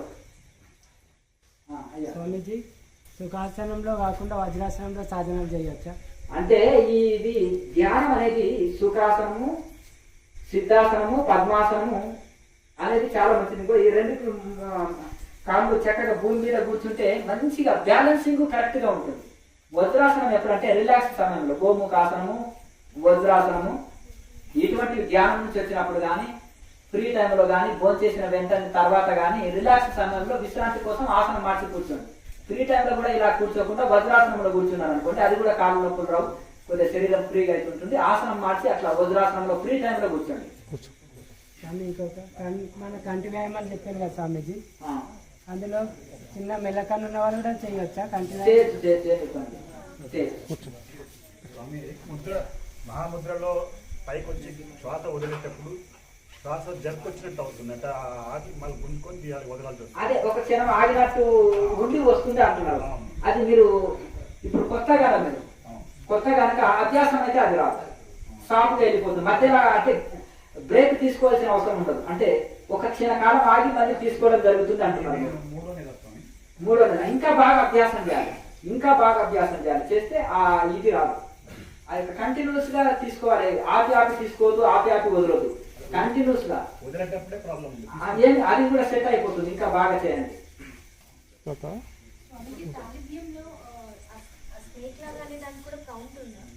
అంటే మీరు కనీసం 50 సార్లు అని చెప్పినాను, 30 సార్లు 40 సార్లు దాన్ని అంటే అన్ని కావలసిన ఎక్కువ సార్లు చేస్తే నాలుక పొడిగా అవుతుంది. ఈ రకరకాల నాలుక సంబంధించిన ఎక్సర్సైజుల్ని తాళవ్య క్రియ సెట్ అంటారు. వాటిని తాళవ్య క్రియ సెట్ అవి ఒక రకరకాల ఎక్సర్సైజులు ఉన్నాయి కదా, అవి రెగ్యులర్ గా మీరు ఉదయం టైంలో బ్రష్ చేసుకున్నప్పుడు అప్పుడు కూడా ఉండి ప్రాక్టీస్ చేసుకోండి, సాధనలో ప్రాక్టీస్ చేసుకోండి. అవి చేసినప్పుడు నాలుక పొడిగా అవుతుంది. ఈ నాలుకని కొండ నాలుక దగ్గర తగిలినప్పుడు ఆనించినప్పుడు లాలాజలం వస్తుంది, శరీరంలో ఉష్ణం పెరగదు, ముఖానికి కాంతి పెరుగుతుంది, ఆకలి జబ్బుని కంట్రోల్ వస్తుంది, గుండె జబ్బులు రావు. మీరు ఎప్పుడైనా దాహంలో ఉన్నారు, ఎక్కడ నీళ్లు దొరకలే, అడవికి వెళ్ళారు, అప్పుడు మీరు ఒక 5-6 గంటలైనా దాహానికి మీరు ఓడ్చుకోగలుగుతారు, తట్టుకోగలుగుతారు. ఒక నాలుకని కనీసం పూర్ణ కేచరి లేకున్నా సరే, నాలుకని ఫోల్డ్ చేసుకుని అర్ధ కేచరిలో ఉన్నా సరే, ఈ నాలుకని కనీసం చిన్న నాలుక కొండ నాలుక తగిలించగలిగినా సరే, ఒక రోజు భోజనానికి ఆగొచ్చు, ఒక రోజు ఆ దాహానికి కూడా తట్టుకోగలుగుతారు. కొత్తలో ఆ ప్రయోగం చేయకండి, అంటే అంత కెపాసిటీ ఉంటుంది అనేది చెప్పడం. అట్లని మీరు ఆహారంలో ఇత్యాది చేసి శరీరాలు ఇబ్బంది పెట్టుకోకండి. అపకేచరి ముద్ర అనేది అతివేడి శరీరం ఉన్న వాళ్ళకి కూడా చేసుకోవచ్చు. అది వాళ్ళ వరం, వాళ్ళ పాలిటీ. ఇంకా ఉడుకు అంతా కొట్టేస్తుంది. ఇప్పుడు అటయోగ ప్రాణాయంలో 2-3 నిమిషాలే ప్రాణాయామం చెప్తారండి, ఆసనాలకు ఎక్కువ ప్రాధాన్యత ఇస్తారు అటయోగ. మరి ఇంట్లో 45 మినిట్స్ క్రియ, 15 మినిట్స్ మెడిటేషన్ మొదట కొత్త వాళ్ళకి. ఇక తర్వాత పెంచుకుంటామంటే వాళ్ళ ఇష్టానుసారం మెల్లగా పెంచుకోవచ్చు. ఇంకా కావాల్సినంత ఎక్కువ చేసుకోవచ్చు. డబల్ చేస్తే డబల్ డ్యూటీ చేస్తే డబల్ శాలరీ, అట్లాగే పెంచుకోవచ్చు. కానీ నాన్ స్టాప్ గా మిగతా దాంట్లో ఉండదు కదండి. Pranayama cycle meditation non stop గా అంతసేపు ప్రాణాయామం చేసినా శరీరంలో ఉష్ణం పెరగదు. దాంట్లో రహస్యం ఏంటంటే కేచరి ముద్ర. ఇంకా పూర్ణ కేచరి వస్తే ఇంకా అసలు ఉష్ణమే రాదు శరీరంలో. మిగతా చూడండి 5 నిమిషాలు కొత్తగా హఠయోగంలో వెళ్ళినవాడు నోట్లో పొక్కులు వచ్చినాయండి, వేడి వచ్చిందండి, కళ్ళలో వేడి, చెరో వేడి, పొట్టలో వేడి, భరించలేక అంటున్నారు. మరి ఇంట్లో నాన్ స్టాప్ గా చేస్తే ఎందుకు భరించలేదంటే ఇదే రహస్యం. వేడి శరీరంలో ఉన్నట్టు చక్కగా కేచరిలో ఉండండి. మీరు ఏ పని చేస్తున్నా నాలుగని పోటీ చేసి ఉంచండి. మాట్లాడేటప్పుడు భోంచేసేటప్పుడే నాలుగు పని, మిగతాప్పుడు పోటీ చేసి ఉంచండి. శరీరంలో ఉష్ణం పెరగదు, ఉచ్ఛ్వాస నిశ్వాసాలు నెమ్మది నడుస్తాయి, మనసు ప్రసన్నంగా ఉంటుంది. స్వామి, కుండలిని యాక్టివేట్ అయితే మనం ఎట్లాంటి అనుభూతిని పొందుతాం? అందులో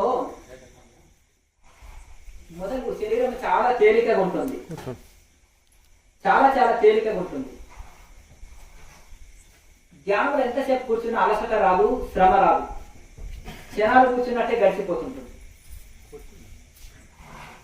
అలాగే మనకు యాక్టివేట్ అయినట్టు కూడా మన శరీరంలో చీమ ప్రాకుతుంటే ఎంత స్పష్టంగా తెలుస్తుందో ఒకరు చెప్పవలసిన అవసరం లేదు. అది మనకు అంత స్పష్టంగా తెలుస్తుంది, అంత స్పష్టంగా తెలుస్తుంది. కుండలి కదలిక ఏ చక్రాన్ని శుద్ధి చేసుకుంటా ఎక్కడెక్కడ వెళ్తుంది అనేది కూడా తెలుస్తుంది. విశుద్ధ చక్రం వరకు తెలుస్తుంది, అవతల తెలియదు. విశుద్ధ చక్రము కింది వరకే తెలుస్తుంది స్పర్శ. ఇంకా అవతలికి విశుద్ధ చక్రం అనేది ఆకాశ తత్వం, శూన్యతత్వంలోకి వెళ్ళిపోయిన తర్వాత ఇంకా వాటిని అధిగమిస్తాం, ఇంద్రియ అతీత స్థితిలో నిలవగలుగుతాం. అప్పటి వరకు మనము ప్రతి కదలిక, ప్రతి అనుభవాన్ని మనం స్వయంగా తెలుసుకోగలుగుతాం. ఆకలి తప్పులు తక్కువ అవుతాయి, మలమూత్రాలు తగ్గిపోతాయి, శరీరం అగ్నిమయం అయిపోతుంటుంది. ఆకలి తప్పు ఓడ్చుకోగలుగుతాం, అన్ని రోగాలు కంట్రోల్ వస్తాయి, మనసు ఎంతో శాంతిని అనుభవిస్తాము, ఎంతో శరీరం తేలిక ఉంటుంది, మనశ్శాంతిని అనుభవిస్తాం, ఎంతో సంపూర్ణమైన ఆరోగ్యం లభిస్తుంటుంది, ఆధ్యాత్మిక వికాసం జరుగుతుంది, అభివృద్ధి జరుగుతుంది. అది యాక్టివేట్ అయినంత వరకే అన్ని చక్రాలు శుద్ధి కాదు. ఒక్కొక్క దాన్ని నెమ్మదిగా టైం పడుతుంది, చాలా టైం పడుతుంది. ఒక్కొక్క చక్రాన్ని అది శుద్ధి మన సాధన బలాన్ని బట్టి, మనం చేసేదాన్ని బట్టి అది అయిన తర్వాత మన సాధన బలాన్ని బట్టి ఆ ఫలితాలు ఒక్కొక్క చక్రం శుద్ధి అవుతూ ఉంటుంది. ఈ గురువుల సమక్షంలోనే చేయాలి అనే క్వశ్చన్ ఉన్నది కదా. అంటే ఎందుకంటే ఇది గురుముఖంగా నేర్చుకుంటే మంచిది. ఇంకోటి ఎగ్జాంపుల్ చెప్తా మీకు.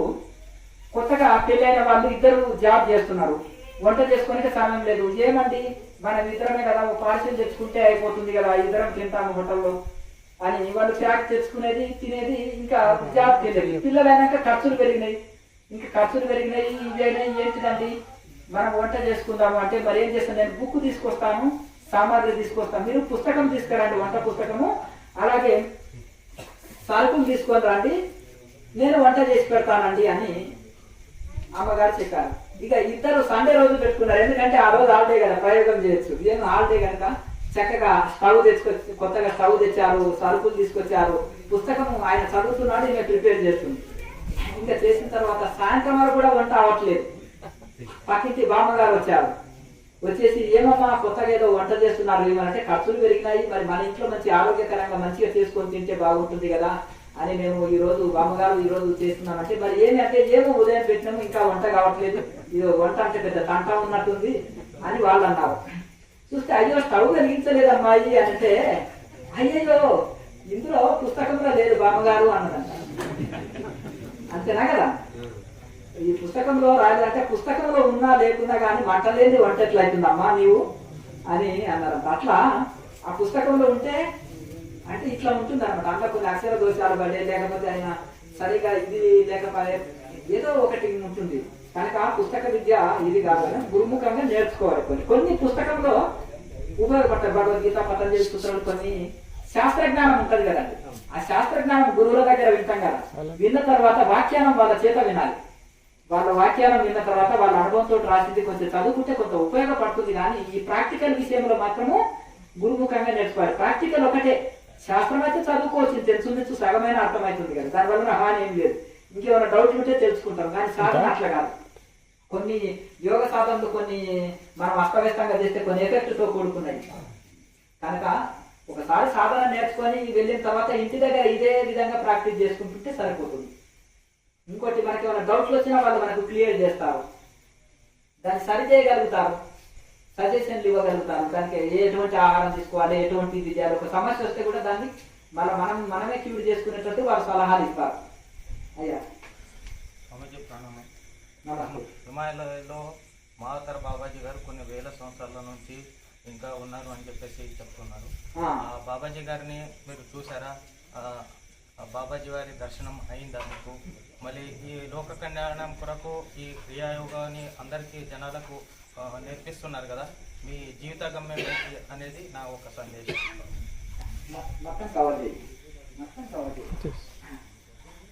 అయితే నేను ఆల్రెడీ హిమాలయ యోగులు మోక్ష సాధనలు అనే పుస్తకంలో అందులో మొత్తం డీటెయిల్స్ రాసినాను. ఏదైనా కానీ ముఖస్థుతి అవుతుంటుంది, ఏది ఎక్కువ చెప్పొచ్చు. నేను 25 సంవత్సరాలు కూడా ఎక్కడ నేను అది నోరే విప్పలేదు. హిమాలయ యోగులు మోక్ష సాధనలో అనే దాంట్లోనే నేను అందులో రాసినాను. అది కూడా కొన్ని పేజీల్లో కృష్ణ పరమాత్మ, సాక్షాత్తు కృష్ణ పరమాత్మ భీష్ముడు అంపచేయ మీద ఉన్నాడు, మొత్తము బాణాల మీద, ఎందుకంటే కింద పడదు, అతి గొప్ప శరీరము, పావనమైన శరీరము కింద పడరాదు అని చక్కగా బాణాల మీదనే మంచం వేశాడు. అన్ని బాణాలే కూర్చుకున్నాయి ఆయన శరీరానికి. బాణాల మీద పడుకుంటే ఎట్లుంటుంది, రక్తం ఎట్లా కారిపోతుంటుంది, ఎంత చివీరుడైన రక్తం అంతా పోయినాక ఏముంటుంది. ఇక త్వరలో చావుకు దగ్గర ఉన్నాడు, రక్తమంతా పోయింది, నీరస స్థితిలో ఉన్నాడు, చాలా ఆయాసంలో ఉన్నాడు, వృద్ధుడు. మళ్ళీ అందులో ఆ స్థితిలో ఉన్నప్పుడు కృష్ణుడు ఉండి, అయ్యా విష్ణు సహస్రనామాల గురించి, విష్ణు సహస్రనామాల ద్వారా నా గురించి చెప్పమంటే, కృష్ణ మీరు సర్వోత్తర్యామి, మీరు ఏదో చెప్పొచ్చు కదా, నేను ఇంత స్థితిలో ఉంటే నేను ఎట్లా చెప్పగలుగుతానయ్యా, నీవంటే పరమ భక్తి కానీ నేను ఈ స్థితిలో ఏం చెప్పగలను అంటే అతి శక్తి నేను ప్రసాదిస్తాను అని చెప్తాను. అదే కృష్ణుడు చెప్పుకుంటే ఏమవుతుంది, ముఖస్థుతి అవుతుంది, ఆత్మస్థుతి అవుతుంది. కనుక కొన్ని విషయాల్లో గొప్ప గొప్ప గురువులని మాట్లాడినప్పుడు ఎంత తక్కువ మాట్లాడితే వారి గురించి అంత మంచిది. అట్లాగే మనము దాని గురించి ఇదే అవుతుంటుంది. అయితే లాయన్ మాసే వారు వారి డైరీలో రాశారు, రానున్న కాలంలో ప్రతి ఒక్కరు కూడా బాబాజీని నేను కలిసేసి వచ్చినాను, బాబా మీరు ఒక మాట చెప్పండి, అతన్ని కొట్టి పరిమేస్తాం, వాడు పిచ్చి నానవలి, వాడు పిచ్చివాడు, వాడు మమ్మల్ని ఇన్ని మాటలు అంటారంటే పిచ్చి నానవలి కాదు, అతనిలో విఘ్న దేవతలు వచ్చేసి నన్ను టెస్ట్ చేస్తున్నారు, పరీక్ష చేస్తున్నారు. ఇతనిలో అందరూ దేవుడు దేవుడు అంటే మన అహంకారం ఏమన్నా వచ్చిందా? అయితే నీ సీట్ అయితే నేను కూర్చోను, నేను కింద కూర్చుంటాను అంటారు కదా, చూసారా? అది ఆ విధంగా అడుగడుగున సాధనలో సాధకుడికి విఘ్న దేవతలు పరీక్ష చేస్తుంటారు, మన సహనాన్ని పరీక్ష చేస్తుంటారు. కనుక అందులో సాధకుడు సహనం వహించాలి. అనేక అనుభూతులు వస్తుంటాయి. సాక్షాత్తు పరమాత్మనే నువ్వు దర్శనం చేసుకుంటావు, సందేహం లేదు. ఇంట్లో ఉండేదల్లా సాధన పైన నీకు విశ్వాసం, నమ్మకం, గురి ఉండాలి. అట్లా ఎంత నమ్మకం, ఎంత విశ్వాసం ఉంటే ఆనాడు సావిత్రిదేవి భర్త ప్రాణాలే తెచ్చుకున్నది పోయి ఈ యోగ మహత్తుతోటి. అర్థమైంది కదా? ఆ యొక్క సతీ అనసూయ ఏకంగా కంకరాలతోటి గుడ్గిల్లే వేసింది, త్రిమూర్తులని పసిబాలులని చేసింది. ఎప్పుడు యోగ శక్తి చేత. వాళ్ళు యోగులు కదా, వాళ్ళ యోగ శక్తి అంత ఉంటుంది అన్నమాట. అంటే ఇప్పుడు త్రిమూర్తులు కూడా వాళ్ళకి అడ్డు కాదు. అందుకంటే 3 లోకాల్లో యోగి చేయలేని కార్యం లేదు. కానీ దాని అల్ప కోరికల కోసం, కనక కాంత కోసం ఇది చేసుకోరు. అట్లాగే లోకంలో మన అంటే ప్రాపంచిక కోరికల కోసం దాన్ని వినియోగించరు. ఇప్పుడు బాగా బంగారం ఉందండి, అందరు కనిపించేటట్టు పెడతారా, బీరువాలో బాగా తాళం వేసి పెడతారు. రహస్యంగా పెట్టుకుంటారు కదా. అట్లా అందుకని యోగ ధనాన్ని కూడా ఋషులు రహస్యంగా పెట్టుకొని నివులు కప్పిన నిప్పులాక పైన బూడిద ఉంటుంది, లోపల నిప్పు ఉంటుంది. అట్లా ఆ విధంగా వాళ్ళు చక్కగా రహస్యంగా అవధూతలాగా పిచ్చోళ్ళ లాక్కున్నారు. వేమన యోగిని వెరి వేమన అనేవాళ్ళంట. ఒకసారి ఆయనకి ఏం చేశారు, వెరి పుచ్చకాయలు చెరువులో చల్లారు, చల్లి డైమండ్స్ పండించారు. పల్లెటూరు చిన్న ముసలి వాళ్ళు ఉంటారు కదా, వాళ్ళని కూలికి పిలిచారు. అయ్యో పుచ్చకాయలు ఇస్తే మా పిల్లలు బాగా ఆడుకుంటారు, ఏదో ఆ వేమనకు పట్టి పండించిందే వెరి పుచ్చకాయలు మాకేమేస్తారు కూలి అంటే ఒక చిన్న చిన్న చిన్న గంప ఉంటుంది, దాని నిండా వెరి పుచ్చకాయలు వేశారు. ఆ చిన్నపిల్లలు ఆడుతూ ఆడుతూ గోడ కొడితే అందులో డైమండ్స్ వచ్చేసినాయి. అంటే ఆయన మఠాలు కట్టాలంటే ఎన్ని మఠాలు కట్టవచ్చు చూడండి.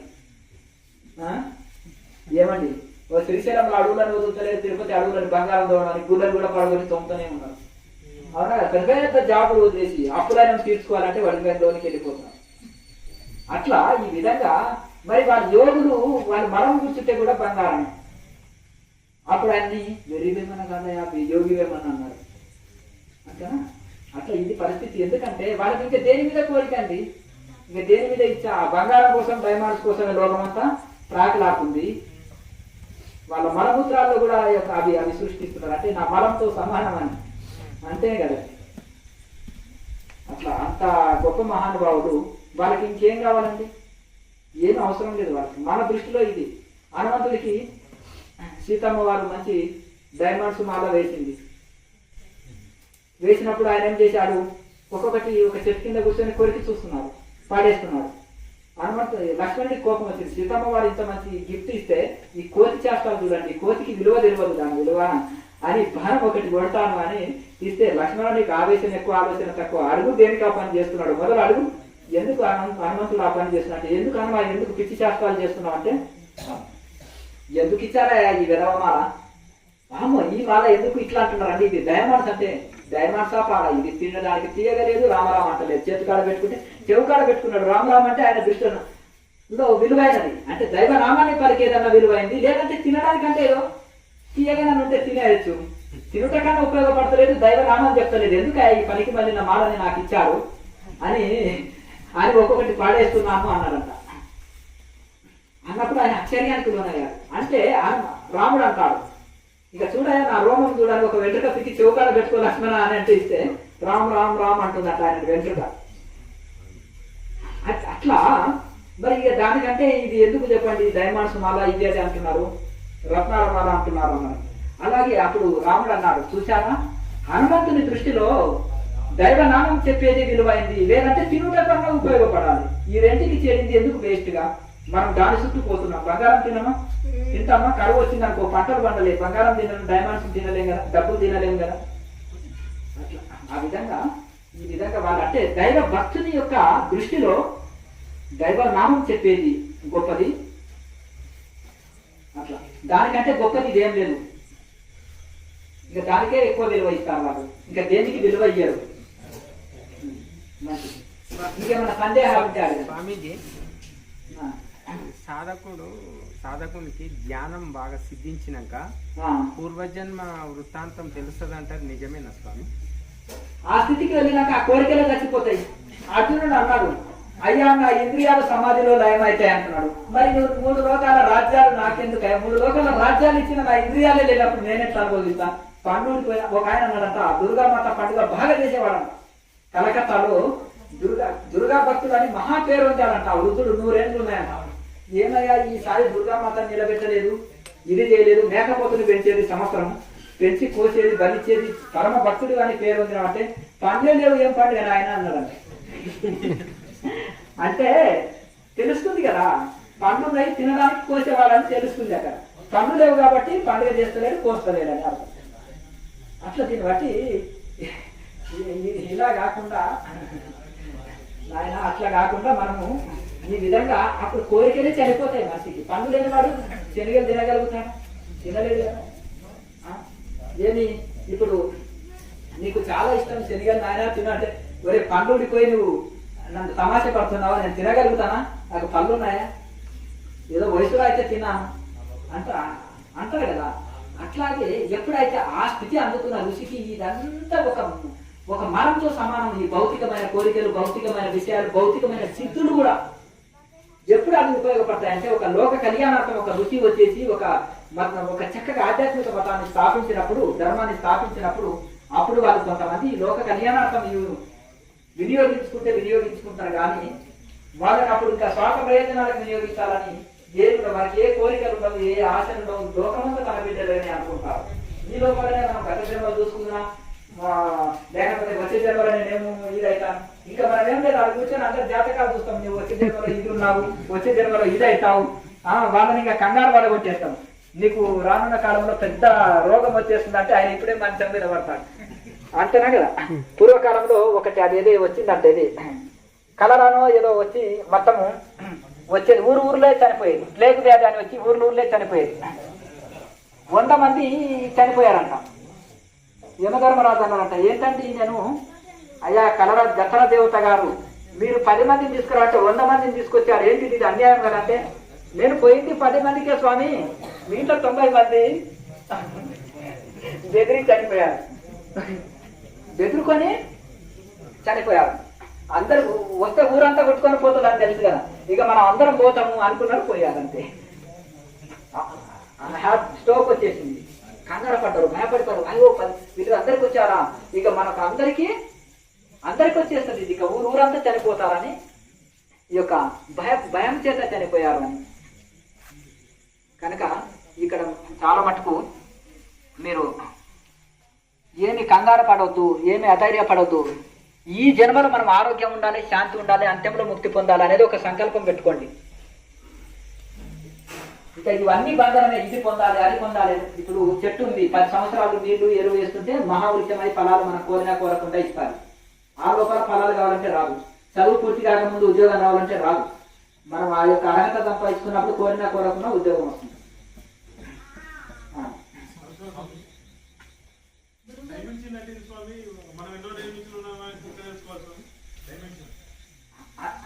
అదే నేను చెప్పినాను, ఈ సాధక దశలో ఉన్నప్పుడు వాటి మీద దృష్టి పెట్టకండి, అర్థమైంది కదా. మనము ఒకటి ఇప్పుడు ఎల్కేజీలో ఉన్నాము, ఎల్కేజీలో ఉన్నప్పుడు మనము నేను ఐఏఎస్ ఆఫీసర్ అవుతానా కానా, అది ఎప్పుడు వస్తుంది అని చర్చ చేసినట్టే ఉంటుంది, అర్థమైంది కదండి. ఆ చర్చ చేసినట్టే ఉంటుంది. కనుక వాటి మీద దృష్టి పెట్టకండి దయచేసి. ఇప్పుడు మనము చక్కగా నిరంతరం సాధన, మంచి వైరాగ్యం కలిగి నిరంతరం సాధన చేయండి, నిరంతరం సాధన చేయండి. మనం సాధనలోకి వచ్చింది దేనికోసం వచ్చినాం? ముక్తి కోసం. ముక్తి ముందర అన్ని ఉట్టివే కదా. మీరు ఎంత సంపదలు పొందినా ఇక్కడ వదిలేదు. ఆరోగ్యం రాకుండా మంచి ఇది చేసేసిన పశువు కూడా గడ్డి తినే ఆరోగ్యం ఉంటుంది. ఏం హాస్పిటల్ కూడా జస్ట్ ఆహారాన్ని మనం పాటించినాము అంటే కొన్ని సూత్రాలు పాటిస్తేనే మనము కొన్ని గొప్ప లాభాలు పొందుతాం. మన ముక్తికై ప్రాకులాడాలి. ఇవన్నీ శాస్త్రాలు చెప్తున్నాయి, గురువులు చెప్తున్నారు. ఇంకా అందరినీ కనిపించేసి మళ్ళీ అందరినీ నేను ఇంకా తప్పుదారుని పట్టించదలుచుకోలేదు. ఎందుకంటే ఇప్పుడు ఆ పుస్తకాలు ఎవరెవరో ఇంగ్లీష్ పుస్తకాన్ని తెలుగులో ట్రాన్స్లేషన్ చేయడం వలన ఇక కొంత సంఖ్యను పెంచుకోవాలని ఊరికే ఈ యొక్క రకరకాల ధ్యాన సంస్థలలో ఊరికే దాన్ని ఏదేదో పిచ్చి పుస్తకాలు ట్రాన్స్లేషన్ చేయించి ఆ పిచ్చి పుస్తకాలు చదివి పిచ్చి పట్టిపోతుంది మనుషులకు. ధ్యానంలోకి వచ్చి వారం రోజులు కాలేదు, ఫాస్ట్ లైఫ్ చూసుకుంటా ఉంటాడు, హాస్టల్ ట్రావెలింగ్ చేస్తా ఉంటాడు. నాయన ఇక్కడ ఉన్నది బాడీ కంట్రోల్ లేదు, మైండ్ కంట్రోల్ లేదు. ఉప్పు కారం కొంచెం తక్కువ వేస్తే తెలుస్తుంది ఆయన ఎంత ధ్యానం చేస్తున్నారు ఆయన. ఇక వాళ్ళ ఆవిడ మీద గొడవనే, ఇక ఆయన బీపీ చదువులోనే అయిపోతుంది. చక్కగా తినాలని ఏ శాస్త్రం చెప్పింది?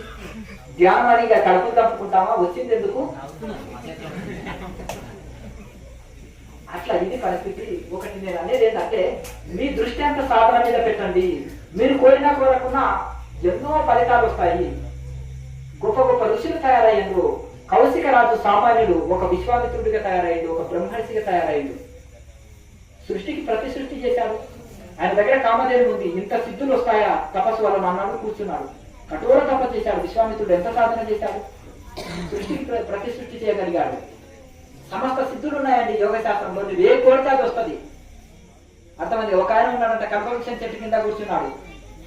కూర్చున్న తర్వాత బాగా ఎండకాలం నడిచిపోయాడు. 2 days నుంచి ఆహారం దొరకలే, నీరు దొరకలే.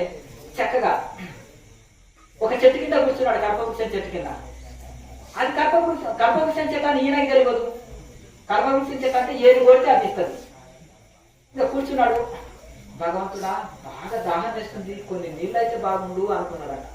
వెంటనే ఒక పాత్రలో మంచి నీళ్లు కనిపించినట్ట. అబ్బాయి ఇదేం చిత్రం అని కడవ కనిపించిందట, నీళ్ళు తాగాడట.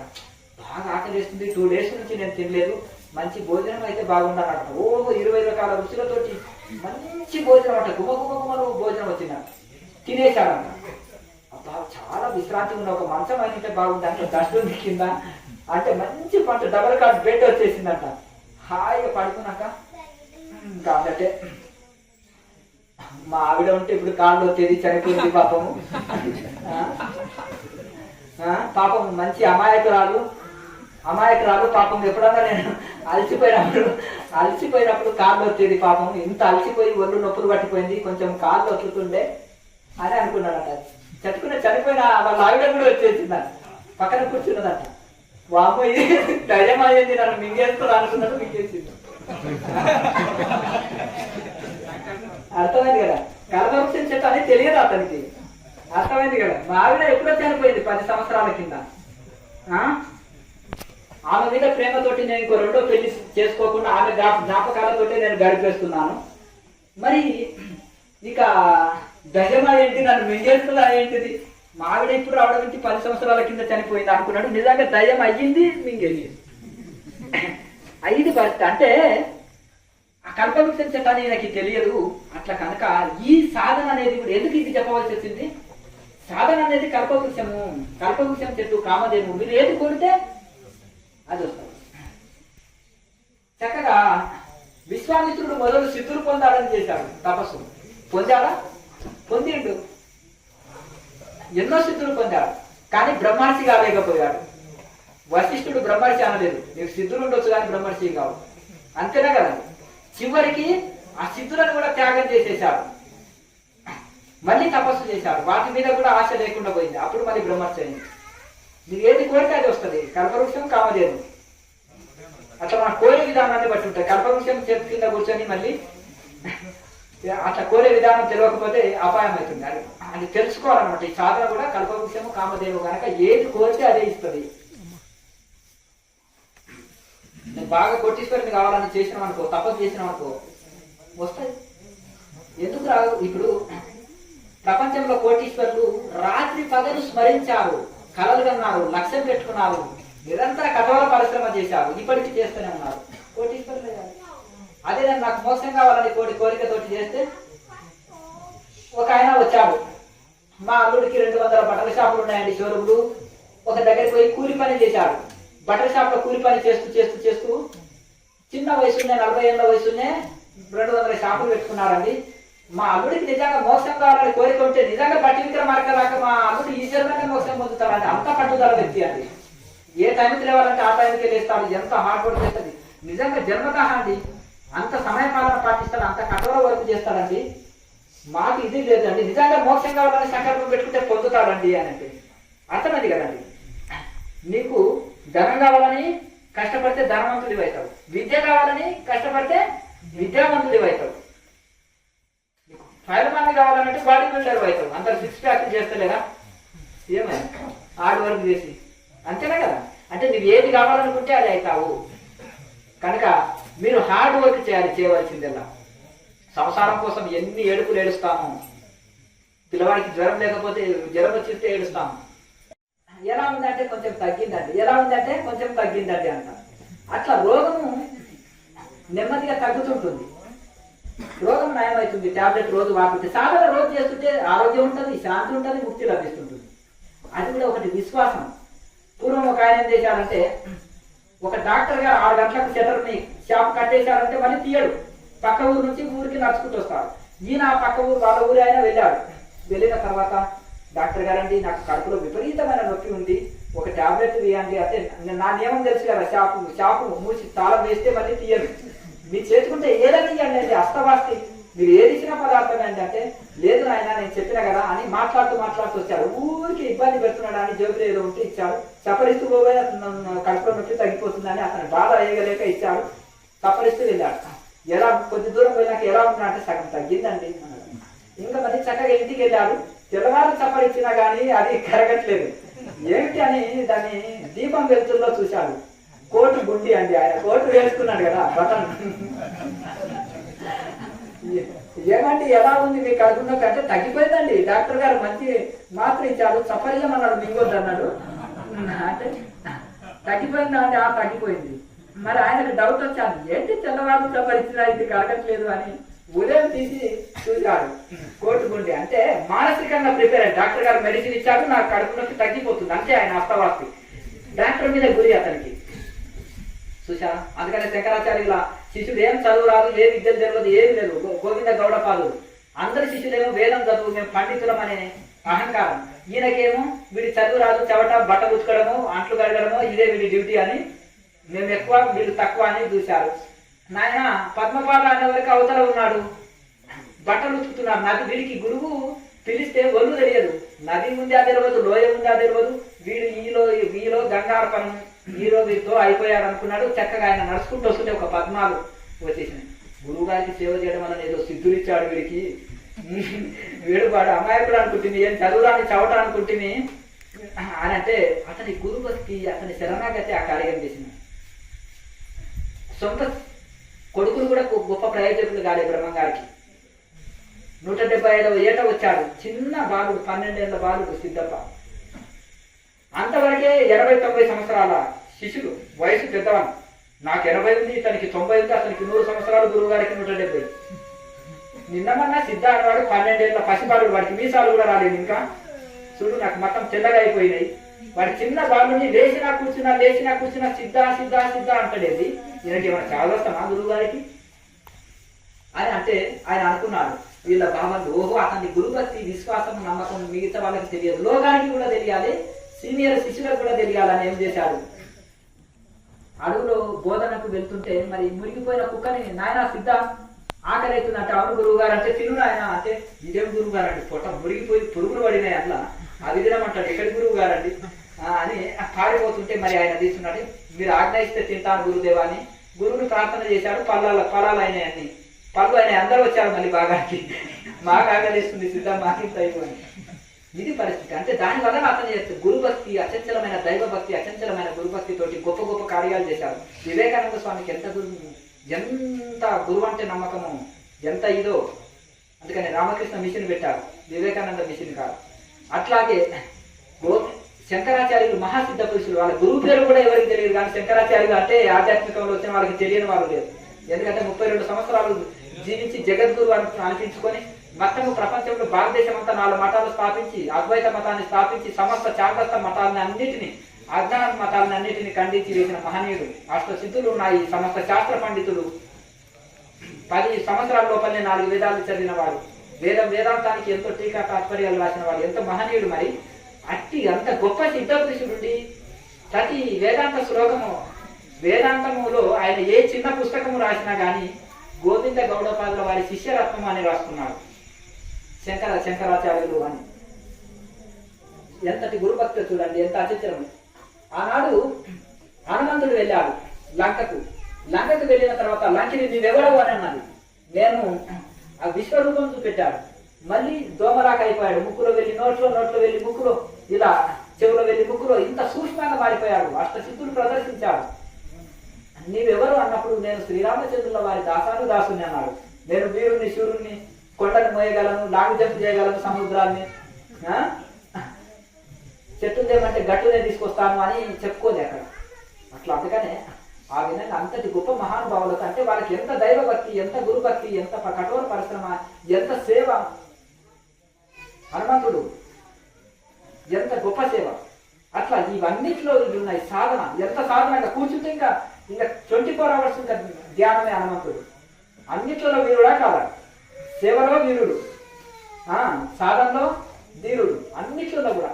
అంటే అంత దేని మీద దృష్టి పెడితే ఇంకా అంతే. ఇంకా ఆ విధంగా అట్టి పట్టుదల, అట్టి ఓర్పు, అట్టి అచంచలమైన దైవభక్తి, అచంచలమైన గురుభక్తి, అచంచలమైన సాధన చేసినప్పుడు మనం తప్పకుండా తరిస్తాం. ఇతరులకు మనకు తేడా ఏంటిదంటే ఋషులకు మనకు తేడా ఇదే తేడా. వాళ్ళని మనం ఆదర్శం తీసుకోవాలి, వాళ్ళని ఇన్స్పైర్ అవ్వాలి. వాళ్ళ ఆహారము, వ్యవహారము, నియమాలు, సాధన అవన్నీ మనం ఆదర్శం పొందాలి. ప్రతి ఒక్కటి కూడా ప్రతి ఋషి చరిత్ర తీసుకోండి. మనం ఈ గ్రంథాన్ని ఎన్నిసార్లు పారాయణ చేసినా అన్ని పారాసార్లు కాదు. వాళ్ళు ఏం మెసేజ్ ఇచ్చారు మనకి, ఏం ఆదర్శం సూచిపోయారు, ఏం సంస్థ స్థాపించారు, దాన్ని ఏం ఆశయాలు పెట్టిపోయారు. మళ్ళీ ఇప్పుడున్న వాళ్ళు ఏమి ఆశయాలతోటి నడుపుతున్నారు, వాళ్ళ సిద్ధాంతాలు ఏంటిది, ఆ ఋషి ఏమి సిద్ధాంతాల ప్రకారం వెళ్ళారు, ఏ సాధనలు చేశారు, ఇవన్నీ దాంతో మనం కట్టే కొట్టే తెచ్చానైతే ఇది మనం ఇన్స్పైర్ అవ్వాలి. రాయి మాసే జీవితం చదవండి, ఆయన ఎంత కఠోర సాధన చేశారు, జాబ్ చేస్తూ ఉద్యోగము, పట్టణ జీవితం, ఇవన్నీ ఏది అడ్డు కాదని నిరూపించారు. కబీర్ దాసు, బ్రహ్మం గారు చేతి వృత్తులు చేశారు, చిన్న చిన్న చేతి పనులు చేస్తూ చాలి జీవితం, 4 పిల్లలు, సంసారం, ఇవన్నీ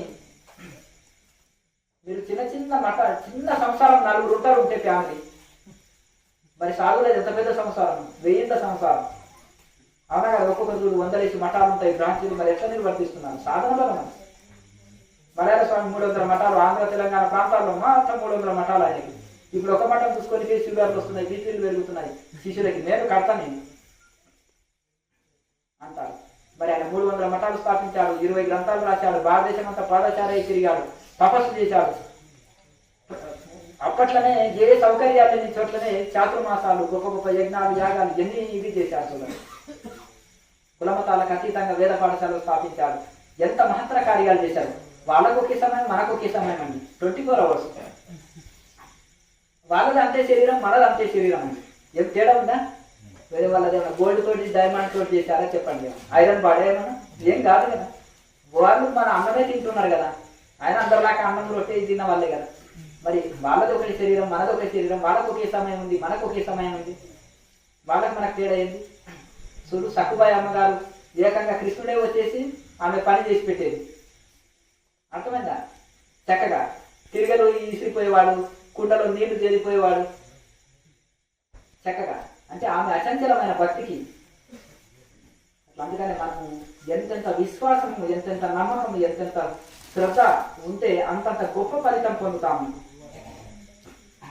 గొప్ప గొప్ప మహానుభావులు మనము ఎన్ని రకాలుగా మనం వింటాము. ఇక్కడ ఈ ప్రాంతంలో ఒక 10 మంది సిద్ధ పురుషులు ఉండేది పూర్వకాలంలో. ఎంత గొప్ప సిద్ధ పురుషులు వాళ్ళు, కఠోర సాధనలు చేశారు. అప్పుడు వాళ్ళ చరిత్రలు ఎవరు చెప్పారు, ఎవరు చేశారు, వాళ్ళు రాసిన భజన్స్, తత్వాలు ఎంత అద్భుతంగా ఉంటాయో,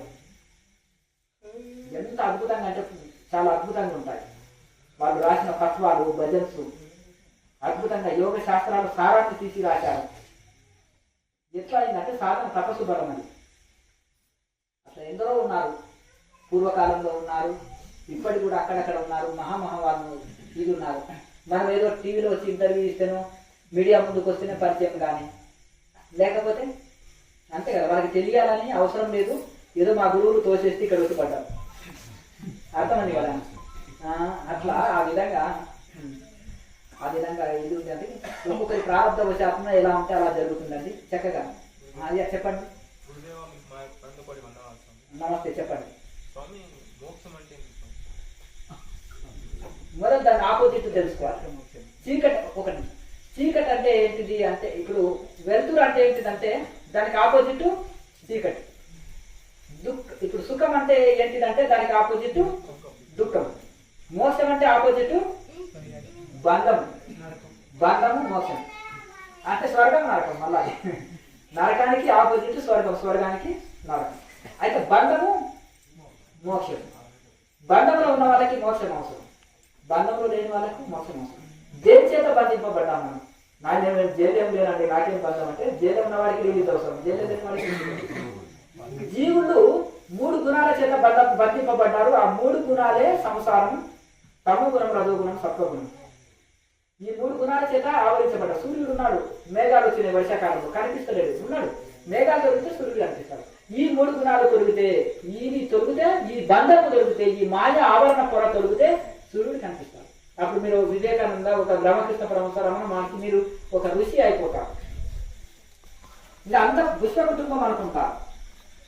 కబీర్కు ఫ్యామిలీ లైఫ్ కదా, ఆయన అన్ని జీవులను సమంగా ప్రేమించలేదా, అన్ని జీవులకు సేవ చేయలేదా?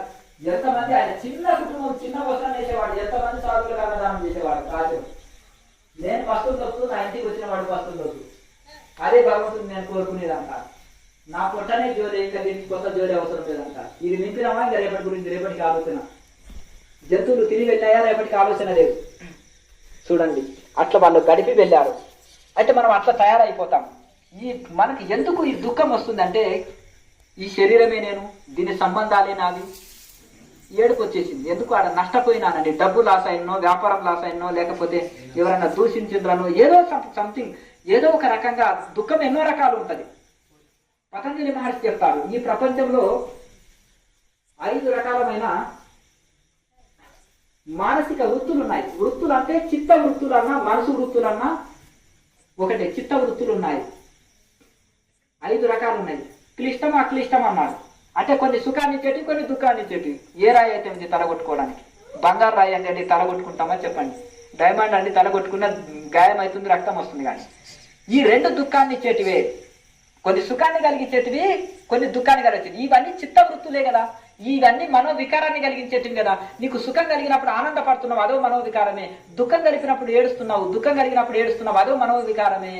మరి నువ్వు ఇప్పుడు నవ్వుతున్నావంటే మళ్ళీ రేపు ఏడుస్తావు, ఇప్పుడు ఏడుస్తున్నావంటే రేపు నవ్వవలసి వస్తుంది. ఇదే చిత్త వృత్తులు ఇవన్నీ కూడా. కనుక ఇవన్నీ కూడా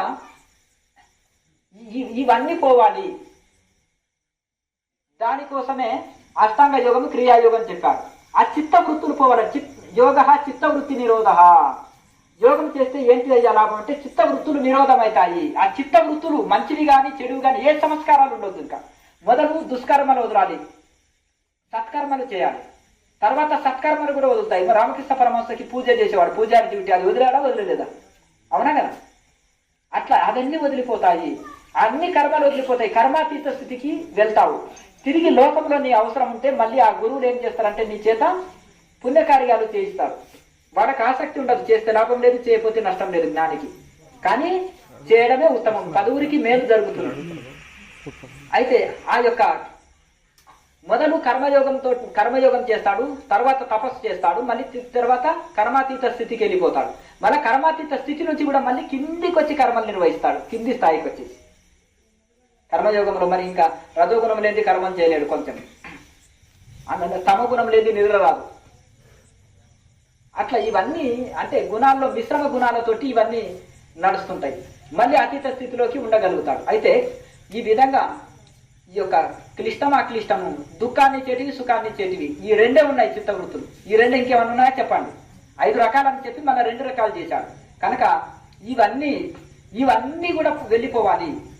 ఎప్పుడైతే ఆత్మజ్ఞానం కలిగిన తర్వాత నీకు సుఖము దుఃఖం అనేది వేరుగా కనిపించదు. నీకు ఏది వచ్చినా మనోవికారం జరగదు, బ్యాలెన్స్ చేయగలుగుతాము రెండింటిని. ఇప్పుడు త్రాసులో ఎందులో బరువు వేసినా కానీ ఎందులో బరువు వేయలేకపోతే కరెక్ట్ గా ఉంటుంది. ఇక మనం అన్ని ఆ యొక్క బ్యాలెన్స్ చేసే శక్తి కలుగుతుంది. కనుక ఈ మనసు మనము నేను బంధంలో ఉన్నానని ఎందుకు అనుకుంటున్నాము?